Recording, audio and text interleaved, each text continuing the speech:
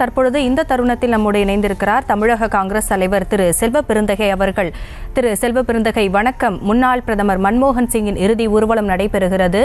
அவருடைய இழப்பு காங்கிரசிற்கு எந்த அளவு பாதிப்பை ஏற்படுத்தியிருக்கிறது, பகிரலாம். ஒரு காங்கிரஸ் பேரியக்கத்திற்கு மிகப்பெரிய இழப்பு. காங்கிரஸ் பேரியக்கத்திற்கு மட்டுமல்ல, இந்திய தேசத்திற்கே ஒரு மிகப்பெரிய இழப்பாக இந்திய நாட்டு மக்கள் பார்க்கிறார்கள். அதில் நானும் ஒருவனாக பார்த்து கொண்டிருக்கிறேன்.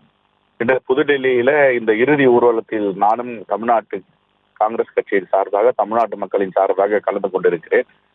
காலையில் இப்போது இறுதி ஊர்வலம் புறப்பட்டு சென்று கொண்டிருக்கிறது. நேற்று இரவு அவருடைய இல்லத்தில் மலரஞ்சலி செலுத்தி அவருடைய மனைவி அம்மையார் கௌரவ் அவர்களை பார்த்து நாங்கள் ஆறுதல் சொல்லிவிட்டு வந்தோம். இன்றும் எங்களுடைய மேனாள் தலைவர் அன்னை சோனியா காந்தி அவர்கள், எதிர்கட்சி தலைவர் திரு ராகுல் காந்தி அவர்கள், காங்கிரஸ் கட்சியின் தலைவர் மல்லிகார்ஜுன கார்கே அவர்கள் அனைவரும் காலையில் 7 மணியிலிருந்து கடும் குளிரில் அவருக்கு நினைவஞ்சலி இறுதியாக செலுத்துவதற்கு காத்திருந்ததை பார்த்தோம். எல்லா மாநிலங்களில் உள்ள மக்களும் அவர் செய்த சாதனைகள், அவர் கொண்டு வந்த திட்டங்கள், இந்தியாவில் ஒரு மிகப்பெரிய பொருளாதார வளர்ச்சிக்கும் திருப்புமுனையாக இருந்தவர், ஏழை எளிய மக்களை பசி பட்டினியிலிருந்து மீட்டு வந்தவர், கல்வியில் ஒரு மிகப்பெரிய புரட்சியை ஏற்படுத்தவர். அது எல்லோரும் படிக்க வேண்டும் என்ற அடிப்படையில் கட்டாய கல்வியாகட்டும், எல்லோருக்கும் உணவு, பசியின்றி வாழ வேண்டும் என்ற 45 கோடி மக்களுக்கு மேல் பசி பட்டினி பஞ்சத்திலிருந்து மீட்டெடுத்தாகட்டும், அதே போல் தகவல் அறியும் உரிமை சட்டம், எல்லோரும் தகவலை எளிதாக பெற வேண்டும் என்பதால் கிராமங்களில் உள்ளவர்கள் கடிதம் எழுதினாலே அவர்கள் கேட்கும் தகவலை உரிமையோடு தர வேண்டும் என்றுதான் தகவல் உரிமை சட்டத்தை இந்த தேசத்திற்கு முதலில் அவர் பிரதமராக இருக்கும்போது அறிமுகப்படுத்தினார். உணவு விஷயத்தில் மிகவும் தெளிவாக அவர் முடிவெடுத்து எல்லோருக்குமான உணவு என்ற திட்டத்தை கொண்டு வந்தார். ஃபுட் செக்யூரிட்டி என்று அதற்கு பெயரிட்டார்கள். அதே போன்று ரைட் டு எஜுகேஷன், எல்லோருக்குமான கல்வி.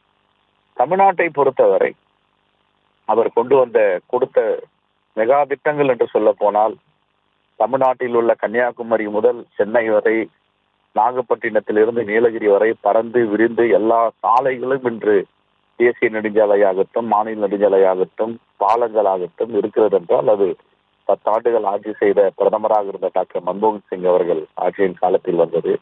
சேது சமுத்திர திட்டம், தமிழ் செம்மொழியாக்க வேண்டும் என்று பல காலமாக குறை இருந்தது.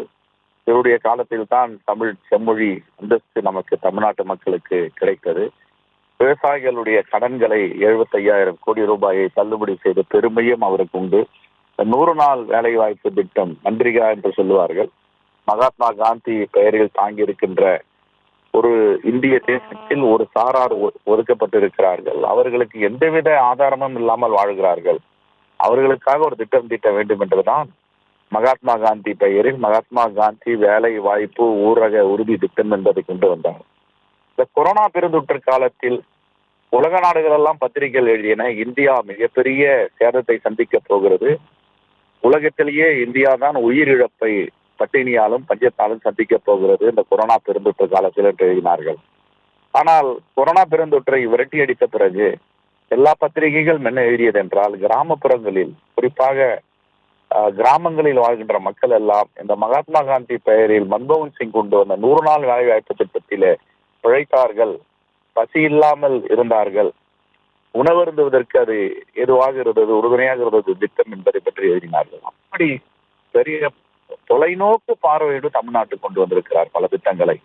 அவர் அதிகாரியாக இருக்கும் பொழுதும் சரி, உலக வங்கியில இயக்குநராக பணியாற்ற பொழுதும் சரி, இந்திய ரிசர்வ் வங்கியின் ஆளுநராக இருந்த பொழுதும் சரி, நிதி அமைச்சராக இருந்த பொழுதும், பிரதமராக இருந்த பொழுதும் அவருடைய பணிகள் எல்லாம் இந்தியாவுடைய வளர்ச்சிக்காகவும் இந்த தேச மக்களுடைய நன்மைக்காகவும் தன்னை அர்ப்பணித்த மாபெரும் பிரதமராக அவர் திகழ்கிறார். எளிமையான பிரதமர்.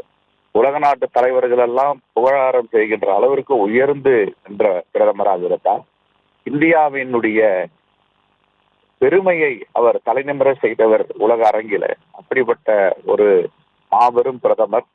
அவரை தான் ஒபாமா அவர்கள், அமெரிக்க அதிபர் அவர்கள் சொல்லும் பொழுது, என்னுடைய தந்தை நவீன இந்தியாவை வடிவமைத்த பிரதமர் என்று மன்மோகன் சிங்கை கூறலாம். அப்படிப்பட்ட பங்களிப்பு, அவருடைய பங்களிப்பு இந்திய தேசத்திற்கு இருந்து கொண்டிருக்கிறது. நேற்றும் கடும் குளிரில் ஏராளமான மக்கள், தலைவர் மக்கள் அனைவரும் அவருக்கு மலரஞ்சலி செலுத்தினர். இன்று காலையிலும் இங்கே புதுடெல்லியில் இருக்கிறோம். கடும் குளிர், மழையும் பெய்து கொண்டிருக்கிறது. ஆனால் எல்லா தலைவர் பெருமக்களும் அவருக்கு மலரஞ்சலியை செலுத்திக் கொண்டிருக்கிறார்கள். ஆகவே ஒரு பெருமைக்குரிய இந்த தேசத்தை தலைநிமிர வைத்த பிரதமர் நம்மிடம் இல்லை.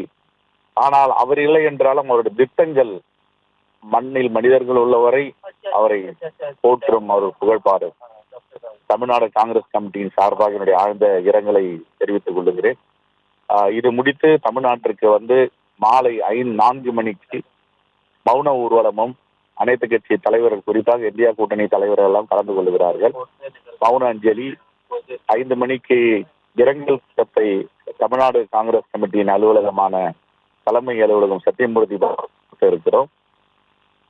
அவருடைய புகைப்பட திறப்பு விழாவிற்கும் மாண்புமிகு முதலமைச்சரை அழைத்து ஏற்பாடு செய்ய இருக்கிறோம். என்னுடைய இழப்பு ஒரு மிகப்பெரிய தேசத்தின் இழப்பாகவே மக்கள் பார்க்கிறார்கள். என்னுடைய ஆழ்ந்த இரங்கலை தமிழ்நாடு காங்கிரஸ் கமிட்டியின் சார்பாக தெரிவித்துக் கொள்கிறேன்.